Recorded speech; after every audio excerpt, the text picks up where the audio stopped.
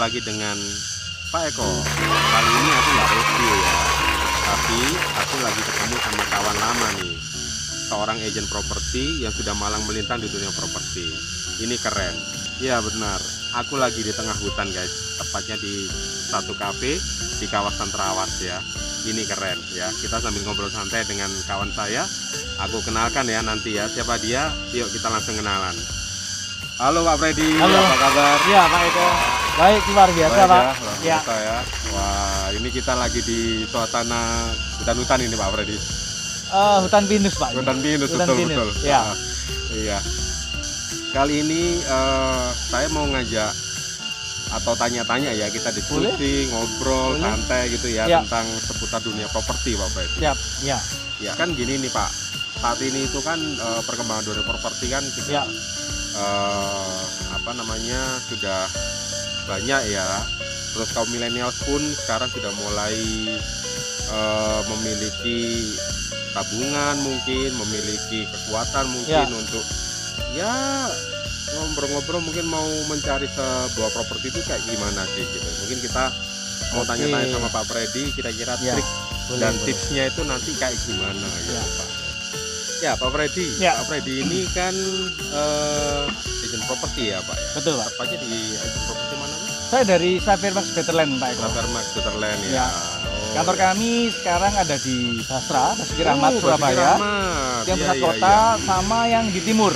Oh di timur Di juga timur ada. itu juga ada. Ya, ya. Di Basuki Rahmat, tepatnya di mana Pak? Di Range Market Red Market. lantai 2. Lantai 2. Wah keren berarti Pak. Ini sudah ada 2 kantor ya. Ya. Oke. Kalau boleh tahu untuk Betterland ini sudah berapa lama ya Pak? Berdiri? Kalau Xavier Max Betterland official itu sekitar kalau sampai hari ini ya sekitar 1,5 tahun.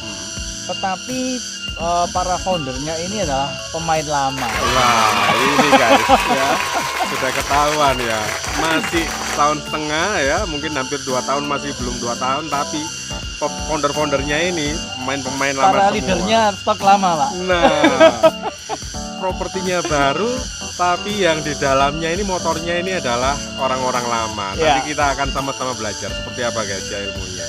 Aku itu kepingin kita korek-korek, ini gimana sih tips dan triknya ini yang paling kalian butuhkan nanti ya. Oke, yuk kita mulai tanya-tanya sedikit ya untuk Pak Freddy ya. Pak, apa sih yang kemudian menjadi alasannya kita ya, anak-anak muda, kaum-kaum milenial itu untuk memiliki sebuah aset? Oke, sekarang jadi begini Pak Eko. Banyak sekali ini kaum, bisa disebut kaum milenial ya, anak-anak muda lah, usia produktif itu sudah mulai concern untuk memiliki properti. Ya, Oke. lagian anak-anak sekarang ini penghasilannya luar biasa loh Pak Eko. Iya ya. Mereka sudah mulai apa ya, aware gitu loh. Kalau enggak sekarang kapan lagi untuk dapat properti? Seperti itu. Makanya banyak sekali di usia-usia terutama kalau kita average ya sekitar 25 tahun ke atas lah. 25 tahun ke Itu atas. sudah, karena juga banyak developer menyediakan memang Pak, untuk segmennya mereka. Ya, kaum milenial. Jadi seperti itu. Kalau alasannya kenapa ya? Karena mereka sudah mulai sadar aja sih harus memiliki properti. Berarti memiliki aset atau sebuah properti di usia muda ini memang harusnya itu menjadi satu kesadaran lah ya Pak ya. Ya. Kesadaran kalau memiliki aset itu penting ya. Penting. Masa mau tinggal di rumah mertua terus ya? Nah, lagi gini Pak, kalau enggak sekarang kapan lagi? Karena Oke. ya banyak faktor sih. Kenapa kok harus segera memiliki properti? Oke, ya. Oke Pak. Terus kemudian kenapa kok harus properti sih Pak Freddy? Kan kalau di luaran ya Pak ya, Ya. di luaran itu kan untuk investasi itu kan banyak macam nih Pak. Betul. Ada saham, ada yang lain-lain gitu ya. Ya. Nah kenapa kok terus kemudian properti ini menjadi salah satu atau masuk menjadi satu investasi yang menguntungkan kira-kira? Oke, kalau ngomong investasi sebenarnya banyak ya jenisnya ya. Mau yang konkret yang ada gedungnya seperti properti ataupun paper gitu ya. Ataupun sekarang ini bentuknya digital kan banyak. Oh iya. Jadi iya. semua menguntungkan, tapi saya akan bahas dari sisi propertinya. Kenapa kok harus properti salah satunya? Karena begini Pak Eko, properti itu tidak bisa difotokopi Pak. Lokasi tanah, ya. Tanah itu tiap tahun tidak ada, tanah itu berkembang lagi seperti itu tidak ada. Jadi lahan itu sangat terbatas, sedangkan kebutuhan manusia itu semakin banyak. Makanya itu kenapa kok sekarang ini banyak sekali orang-orang berbondong-bondong harus dapat properti saat ini, mumpung harganya masih sekian. Dan properti itu dari tahun ke tahun selalu naik ya, selalu harganya naik, itu selalu dia. naik. Itu yang dikejar orang. Ya, jadi ada nilai asetnya ya, jadi ada juga untuk pertambahan nilai sendiri dari properti itu ya. Jadi tiap tahun dia naik seperti itu. Jadi aset yang apa ya, nampak lah, tampak. Okay. Lagian juga sebagai kaum milenials untuk investasi juga oke. Toh ditempati sendiri kan. Nah itu kan Pak. gitu. Iya Ya betul. sambil nunggu nilainya naik, toh ditempati sendiri. Seperti itu. Jadi itulah beberapa alasan ya kaum milenial itu kenapa kok harus punya aset Properti. investasi di properti. Gitu, Pak. Jadi meskipun sudah punya aset di bidang lain, misalkan di investasi bidang lain Ya. gitu ya Pak ya, entah itu currency, entah itu saham, entah itu apa gitu ya. Tapi memang properti ini memang butuh ya Pak ya. Ujung-ujungnya Pak, kalau kita ngomong main mungkin investasi di tempat lain ya. Kalau mereka untung ya, mereka ambil untungnya.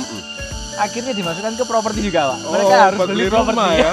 Iya Jadi betul banyak betul. sekali memang yang seperti itu.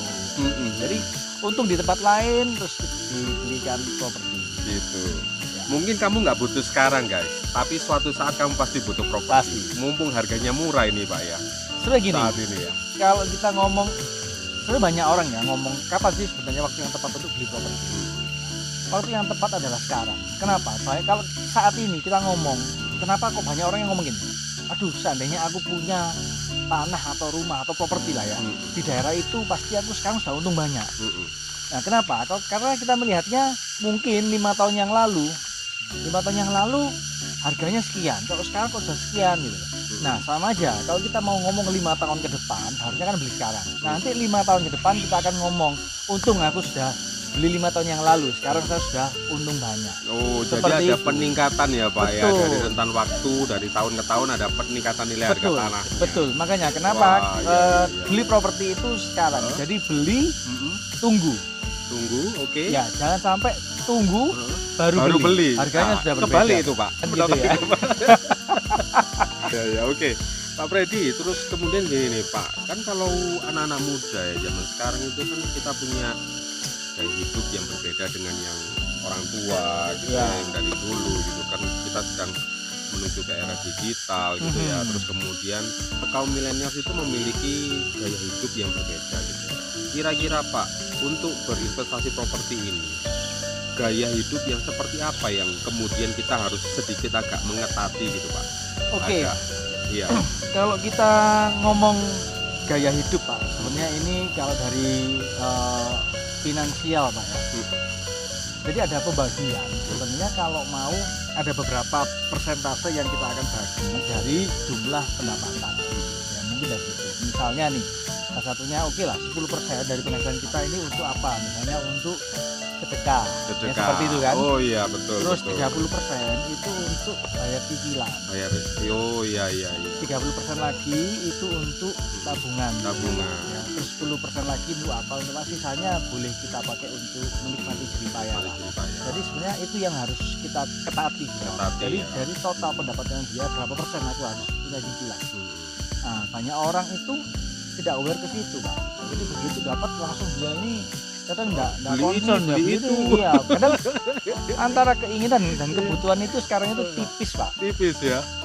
Jadi ada juga yang bahas seperti ini, kopi gratis. Kopi gratis. Nah, karena sekarang kan kita ini sering ngopi lah, Pak. Kopi gratis. Jangan malu dengan kopi gratis. Kopi gratis itu apa sih? Di kantor, terutama kantor kami ini ada kopinya, Pak. Oh gitu ya. Nah, disediakan memang khusus. disediakan ya. Oke, Jadi ada oke, beberapa oke. marketing yang suka ngopi.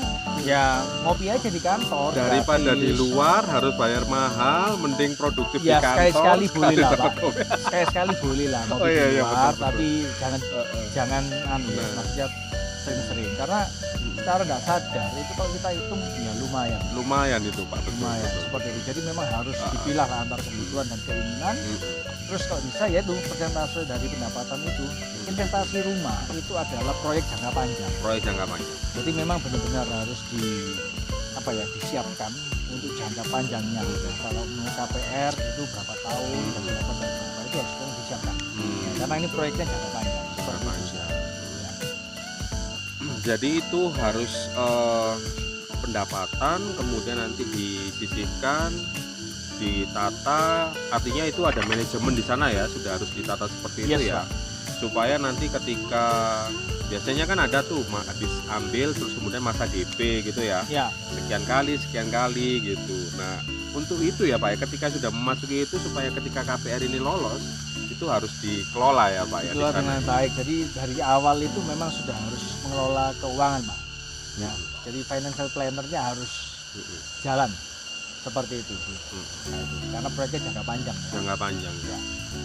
Pak, karena ini merupakan proyek jangka panjang Pak ya. Terus kemudian kan kalau kita ngomong tentang investasi kan pasti selalu ada risiko ya Pak ya. Gitu ya.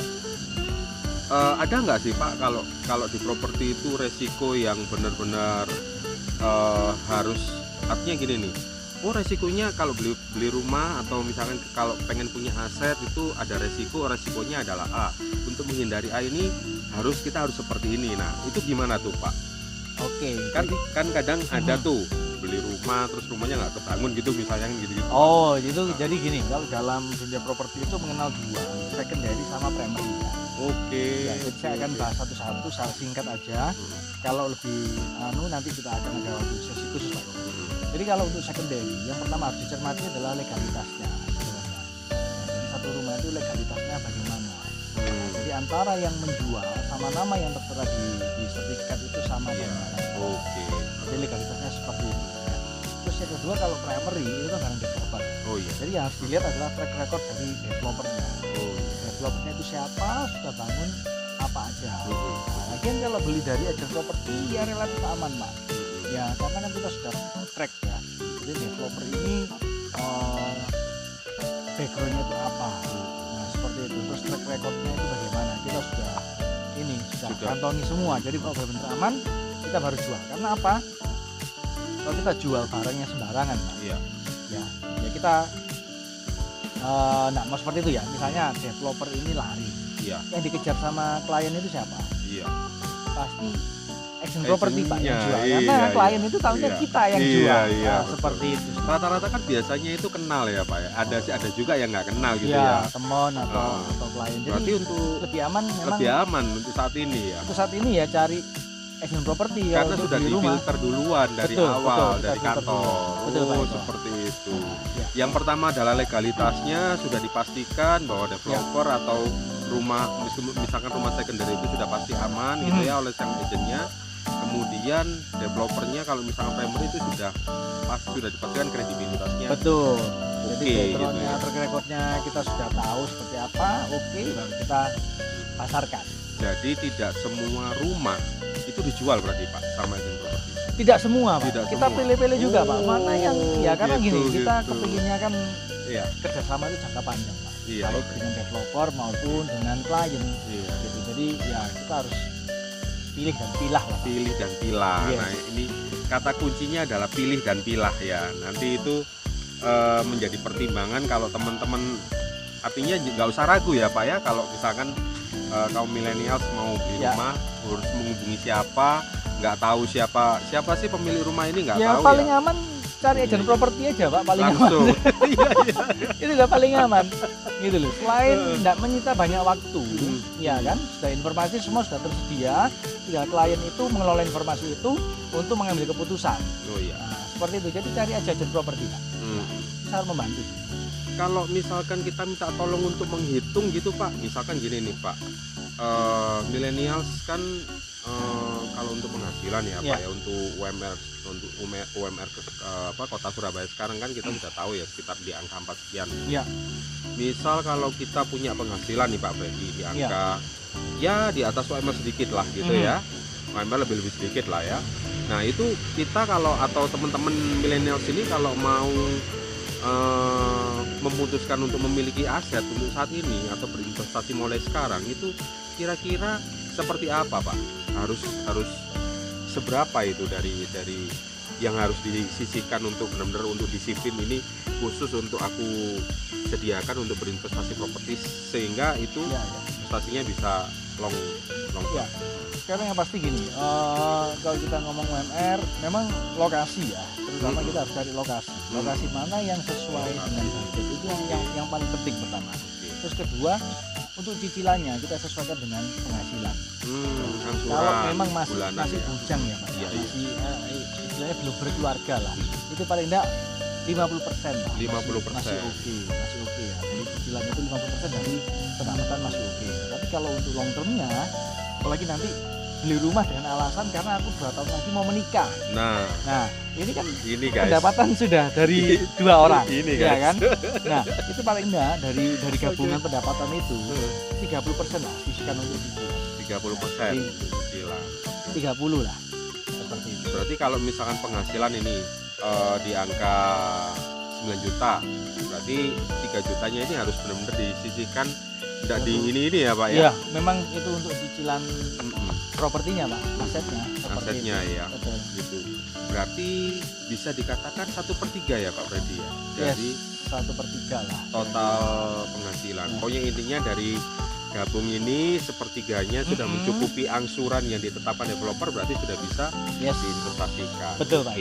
Terus sekarang gini Pak, ini yang menarik. Bagaimana sih caranya kita ini bisa memperoleh satu aset yang bagus, terus nilai investasinya itu dalam waktu 3 tahun, 5 tahun, 10 tahun bahkan itu berkembangnya itu sangat luar biasa gitu ya nilainya. Ada future value-nya Pak. Future value itu berarti kita harus melihat daerah yang sedang berkembang. Oh, daerah yang sedang berkembang. Daerah yang berkembang itu contohnya misalnya nih ada salah satu daerah di selatannya Surabaya itu dalam waktu tahun lalu Pak ya, itu ada sekitar 4-5 developer itu dia buka lahan baru di sana. Nah hal seperti itu berarti kan future value-nya bagus, daerah itu akan hidup. Nah, itu yang pertama. Terus berikutnya kita cari informasi sebenarnya daerah itu akan dibangun apa untuk fasilitas umumnya, public areanya seperti rumah sakit atau ada sekolah. Itu kan sangat membantu gitu ya? Betul. Mungkin ada jalan baru, itu sangat membantu. Tol gitu. Betul, tol ataupun pelebaran jalan itu sangat membantu kenaikan dari nilai investasi tersebut. Meskipun satu daerah itu merupakan daerah yang saat ini sudah existing lama gitu, tetap kalau misalkan nanti di sana ada pengembangan, betul. Nah itu bisa booming lagi Pak. Bisa booming di sana. Wah ini guys ya, ini penting ini buat kita ini. Kamu mulai bisa cari itu. Betul. Informasi seperti itu Pak ini bisa didapat di mana sih? Kembali lagi dari agent properti. Oh, mereka ini punya tahu ya Pak ya, tahu karena ya, developer kan pasti akan kirim info ke kita. Produknya seperti ini, ke depan ada ini ya. Seperti itu Pak. Sudah bisa ngitung, sudah tahu lokasi mana sedang berkembang gitu ya. Terus tahu ini murah gitu ya Pak. Wah, itu menarik. Terus Pak, kira-kira kalau untuk pembayaran ini Pak. Investasi ini kita ini gimana sih Pak? Maksudnya lebih untung mana kalau kita langsung beli cash saat ini juga? Wah ini saya ada nih uang katakanlah 1 M gitu ya. Wah kita belikan rumah gitu ya. Secara cash atau harus KPR Pak? Kira-kira? Kalau kita ngomong lebih untung mana, sebenarnya mau cash mau KPR sama-sama untung karena sesuai kebutuhan Pak. Misalnya ada gini, aku kalau untuk cash nggak bisa karena uangnya aku pakai puter untuk usaha. Lebih baik ambil KPR Pak, karena sangat membantu juga kan. Kalau dia punya cash, ya cash aja sekarang kan seperti itu. Pasti kalau harga cash sama KPR kan berbeda Pak ya. Iya. Kalau cash pasti lebih murah ya harusnya. Ada selisih lah ya. Betul. Seperti itu. Karena kalau KPR pasti ada bunganya Pak. Tapi sangat membantu. Kalau aku nggak bisa cash, ya KPR aja gitu loh. Nah, KPR pun ya cari yang harga rumah yang terjangkau itu banyak. Cari juga bunga yang kompetitif dari bunga bank ya. Betul. Seperti itu sih. Jadi kita membandingkan bank satu yang dengan bank lain mana yang kira-kira bunganya lebih ini kelebihannya fasilitas gitu ya Pak. Betul, ya itu yang seperti itu. Ya jadi mau cash mau KPR ya sesuaikan dengan kebutuhan. Kebutuhan Kalau sama butuhnya dia kemampuan KPR, ya. betul. Oke. Dia butuh KPR ya KPR aja. Tapi kalau dia tidak butuh KPR, aku bisa cash, ya cash aja Pak. Ya saja ya. Oh iya iya iya. Seperti itu sih. Oke. Terus kemudian program pemerintah Pak. Kira-kira Aha. saat ini kan dengar-dengar ya itu kan banyak ya dari program DP 0% kah, terus kemudian apa namanya pajak penambahan nilainya itu sedang dihapuskan gitu-gitu Pak. PPN Pak ya. PPNBP ya, Iya. betul-betul. Itu gini, kalau banyak sih program pemerintah yang membantu supaya paling tidak dunia properti itu bergeliat lagi. Salah satunya memang penekanan suku bunga. Suku bunga. Jadi suku bunga dari BI ditekan sehingga masyarakat itu mampu. Yang pertama. Yang kedua, kalau untuk project developer yang ready unit, maksudnya rumahnya sudah jadi, sudah nih, Pak. jadi Pak. Tinggal Ya, masuk, tinggal masuk, ya sudah ada bangunannya. Oke, Itu oke. PPN dihapus. Tapi kalau PPN dihapus itu sampai tahun ini aja Pak, sampai bulan Agustus. berarti 2021 Agustus nanti ya. Yes, informasinya seperti itu. Kurang sekarang Juni, Juli, Agustus 2 bulan guys. Nah, Dua jadi mumpung nih. Jadi Oke. yang lagi cari ini segera lah hubungi agen properti kesayangannya Pak. Mumpung. Gitu Jadi ya. cari produk lah, informasi mana yang sekarang ini PPN produk yang unitnya ready ya, seperti itu. Tapi punya developer Pak ya. Punya developer. Berarti primary ya Pak ya. Primary Pak itu. Primary. Oke, ini yang terakhir Pak. Kita kan tadi ngomong tentang agent properti. Pak Ya. Freddy pun sekarang adalah sebagai agent properti. Kemudian gini nih Pak, bagaimana sih kita memilih seorang agen properti itu yang proper dengan kita lah Pak ya, istilahnya. Aku cocok nih sama orang ini. Nah ini kriteria ada nggak sih Pak kayak gitu-gitu? Kriteria ya, kalau ngomong kriteria agent yang cocok itu bagaimana? Sebenarnya patokannya ini agak blur Pak ya. Ada blur ya? Atau gini deh Pak. Jadi saya maksud bingung. Jadi gini, intinya gini. Ya, Banyak Pak. sekali terutama di Fairfax Better itu yang menekankan servis layanan. Oke, Ya, servis. servis pelayanan ya. Itu yang ditekankan. Jadi kebutuhan dari klien itu apa, seperti itu. Terus komunikasinya kita jalin dengan baik gitu. Terus kita juga handling objection, misalnya ada keberatan dari klien. Itu semua yang kita tekankan sih, sehingga kita memang benar-benar kepingin mencapai service yang excellent. Setiap marketing kita tekankan seperti itu sih. Nah, jadi sehingga membuat klien itu merasa aman secara legalitas, ya. Juga dia nyaman untuk berkomunikasi, juga menyampaikan keberatannya ke agen itu nyaman karena agennya komunikatif Pak. Seperti itu. Mungkin hal seperti yang dicari ya. Oh ya, berarti gini dong Pak. Berarti kalau tadi handling objection, terus kemudian memberikan solusi gitu-gitu ya. Berarti ini bisa jadi kalau di agen properti sampai ke Betterland ini nggak melulu harus membuat orang ayo ndang beli gitu. Bisa jadi malah Pak jangan beli itu karena dan sebagainya. Apakah itu ada gitu-gitu Pak? Ya, kita kasih pertimbangan Pak. Kenapa alasannya harus beli ini? Ya, kenapa kok harus beli project itu? Itu kita kasih semua pertimbangan, tetapi keputusan tetap ada di tangan klien. Jadi, kita buka informasi seluas-luasnya, itu bahan untuk klien ambil keputusan. Jadi yang penting adalah komunikasinya di sini Pak. Komunikasinya bukan hanya sekedar closing aja ya. Ya, karena closing terjadi karena komunikasinya bagus Pak. Komunikasinya bagus, betul. Kalau kliennya kebutuhannya tercukupi, ketakutannya terjawab gitu ya, terakomodir, betul, pas, dan memang itu udah ya wis itulah benar-benar properti yang harus dimiliki oleh seorang klien. Nah itu baru. Ya, jadi klien itu carinya seperti apa? Kita banyak pilihan, daerah mana kita juga banyak pilihan. Yang pasti kita dari proyek yang kita tawarkan lah, proyek yang aman Mbak. Jadi kalau enggak sembarangan, pokok jual. Kalau jual tapi produknya jelek ya orang ya enggak mau juga Pak, kita juga capek kan. Kita juga enggak. Oke. Baik Pak. Penutup Pak Freddy. Iya Pak. Dari tanya jawab kita ini yang santai ini karena itu juga sudah mulai geluh ini. Saya sudah diserbu nyamuk Pak. Nyamuk guys. Waduh, Kan luar biasa. Iya. Tahu sendiri Pak, nyamuk hutan itu. Iya. Gedene sak piro. Pak Freddy. Iya. Pak Freddy kira-kira pesan untuk milenial. Oke. kapan dia harus investasi, Oke. mantapnya itu seperti apa gitu ya. Kesimpulannya Pak, kira-kira apa itu? Untuk para milenials, jadi saya menyarankan waktunya kapan beli properti, kalau bisa sesegera mungkin. Kalau bisa kapan waktu yang tepat untuk membeli properti, yaitu sekarang. Karena apa? Ya, pendapatan dengan harga properti ini berbanding kejar-kejaran terus, Pak. Kejar-kejaran. Seperti itu. Jadi waktunya kapan? Sekarang. Jadi untuk mencari properti yang sesuai dengan budget, sesuai dengan kebutuhan, hubungi agen-agen di Xavier Max Betterland. Seperti itu. Ya. Oke guys, jadi lokasi itu penting ya Pak Freddy. Betul. Untuk menentukan. Terus kemudian harus dimulai dari sekarang ya guys ya. Kalau kamu punya penghasilan kira-kira itu sepertiganya tadi ya, itu sudah bisa untuk kamu bisa memiliki satu aset yang sesuai dengan budget kamu ya guys ya. Nanti tinggal lokasinya yang mana, nanti bisa hubungi teman-teman agen Xavier Max Betterland. Pokok semuanya itu komunikasikan dengan agen properti Xavier Max Betterland. Ya, seperti itu. Baiklah. Oke milenial, seperti itu gitu ya. Sekian dulu ya untuk video kali ini.